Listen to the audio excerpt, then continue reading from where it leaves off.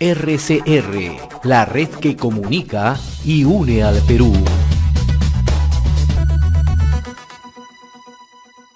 Bien, vamos a recoger ya impresiones, ¿no? Y a esta hora ya estamos en contacto con el doctor Joseph Campos, ¿no? Él es un reconocido constitucionalista, ¿no? Docente universitario. Le queremos agradecer la amabilidad de compartir esta comunicación con RCR, Red de Comunicación Regional. Doctor Campos, qué gusto saludarlo. Gracias por atender esta comunicación de RCR, Red de Comunicación Regional. Muy amable. Muy amable, José, muy amable, Antonio, a tu disposición.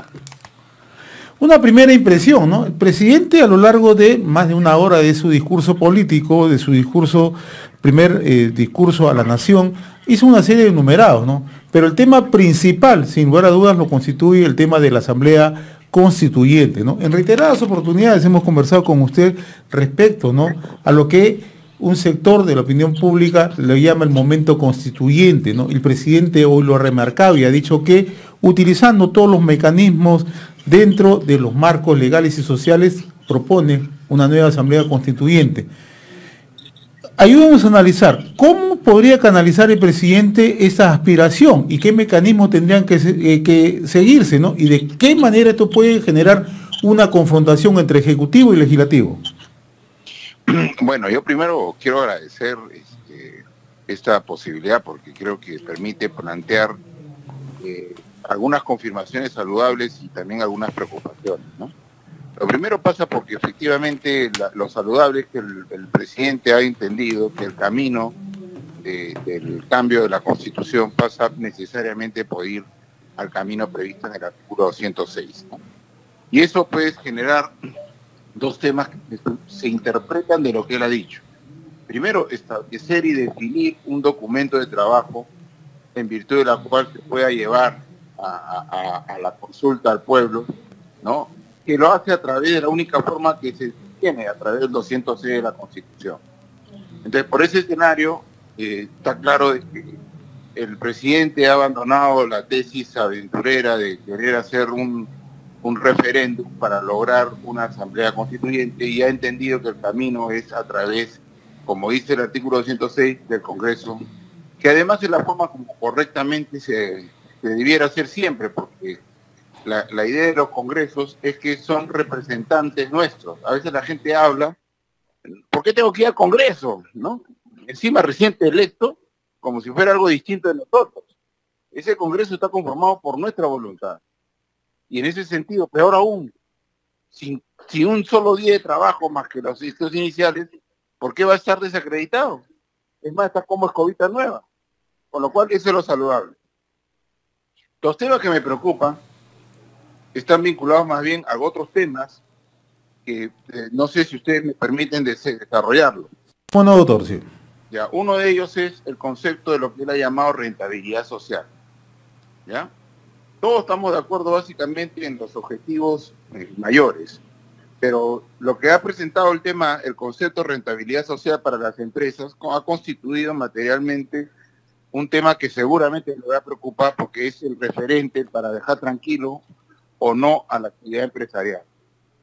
Segundo, también aparece el tema del servicio militar obligatorio y asignarle otros roles a las Fuerzas Armadas. Esto, en buena cuenta, suena hermoso, pero también es la tentación autoritaria para este efecto de acumular un espacio, seducir a las Fuerzas Armadas de renunciar al rol que tienen ellos de ser vigilantes de la soberanía nacional, de los derechos humanos. Los servicios militares ya no son obligatorios por ley, con lo cual habría que ver de qué manera pretende implementar ese tema el presidente. Y finalmente creo yo que también es un tema de preocupación, es el tema de su propósito de unificar los sistemas pensionarios. Ese tema es un tema que casi le cuesta a la presidencia, pero además debe entender que eso exige reformas legislativas y constitucionales para poder implementarse. Con lo cual es un buen anuncio que suena bonito, pero que no necesariamente se va a implementar en la realidad, ¿no? Y por último, mi comentario es que siempre preocupa que el Tesoro Público, las arcas fiscales, maltratadas por las pandemias, que además hay que reconocer que ha sido la pandemia más bien la circunstancia. ¿Perdón? Sí, lo escuchamos atentamente, doctor. Lo estamos escuchando atentamente. Más bien la pandemia ha sido la circunstancia que ha confirmado la fortaleza de la economía peruana. Porque en otras circunstancias, una pandemia como se enfrentó por el anterior gobierno, fue una desgracia. O sea, no había forma de no tener, sin reservas que eventualmente nosotros recurrir. Entonces, lo interesante sería de que a las promesas que está desarrollando le asigne racionalidad y le explique cómo lo va a hacer en medio de una recesión que en este momento explica precisamente las cosas que a él le preocupan, como el incremento de precios, etcétera, ¿no? Ese sería un poco mi comentario. Ahora, doctor Campos, usted ha hecho también referencia a algunos puntos sustanciales del discurso del presidente. Ahora, pero sin embargo, el tema, por ejemplo, es el nuevo rol que se asigna a las Fuerzas Armadas, que ya empieza a preocupar en las redes sociales.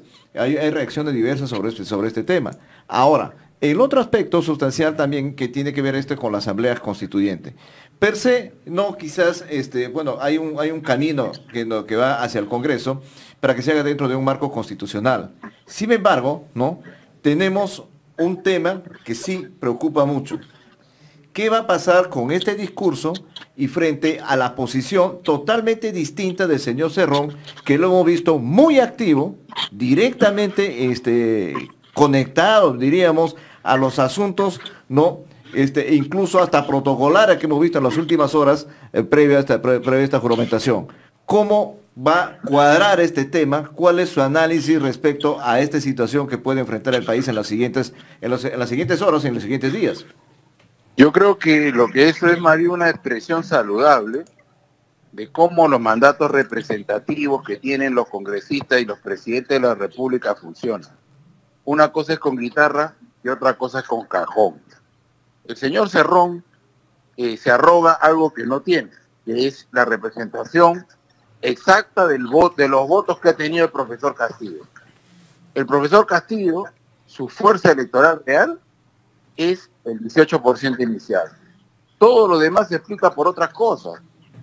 Entonces, yo sí creo que el profesor Castillo ha entendido, el presidente ahora, que lo importante es establecer una foto concreta, real, de lo que existe, y ha entendido de que además el soporte que le puede dar Cerrón es limitado, porque la bancada de Perú Libre está conformada por el voto inicial, no por el 50% más uno que ha conseguido ahora.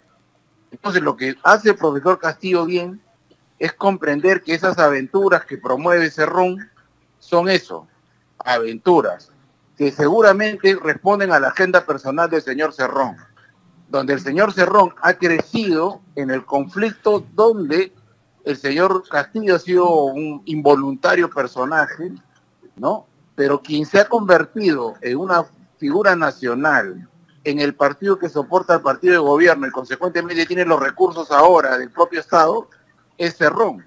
Entonces, si el profesor Castillo ha leído bien eso, ha dicho, oye, yo te acompaño, yo represento los ideales que tengo contigo, pero hay una forma correcta, conforme lo establece la Constitución, y ahí no te acompaño. Y creo que eso es lo saludable. Doctor Campos, en una posibilidad de que sea una prioridad del presidente Castillo modificar la Constitución del Estado y con todos los pasos que tendría que darse, ¿en qué tiempo estamos hablando? ¿Cuánto es más o menos lo que se calcula que podría empezarse a modificar una Constitución o en todo caso el cambio radical de una nueva Constitución del Estado para el país? Bueno, hay un escenario previo que hay que considerar. El escenario previo que hay que considerar es precisamente el escenario que se forma ahora con el gabinete. Lo que si pone al señor Béjar o al señor Nájar, reconocido acosador y eventualmente violador de una criatura de 14 años cuando tenía 30, ¿no? Entonces es probable que no supere la confianza. Y yo creo que eso no es gratuito. Probablemente haya sido un mal consejo poner un gabinete que no provoque confianza para poner a arrinconar al Congreso de la República. Eso puede habilitar escenarios diferentes y tiempos diferentes.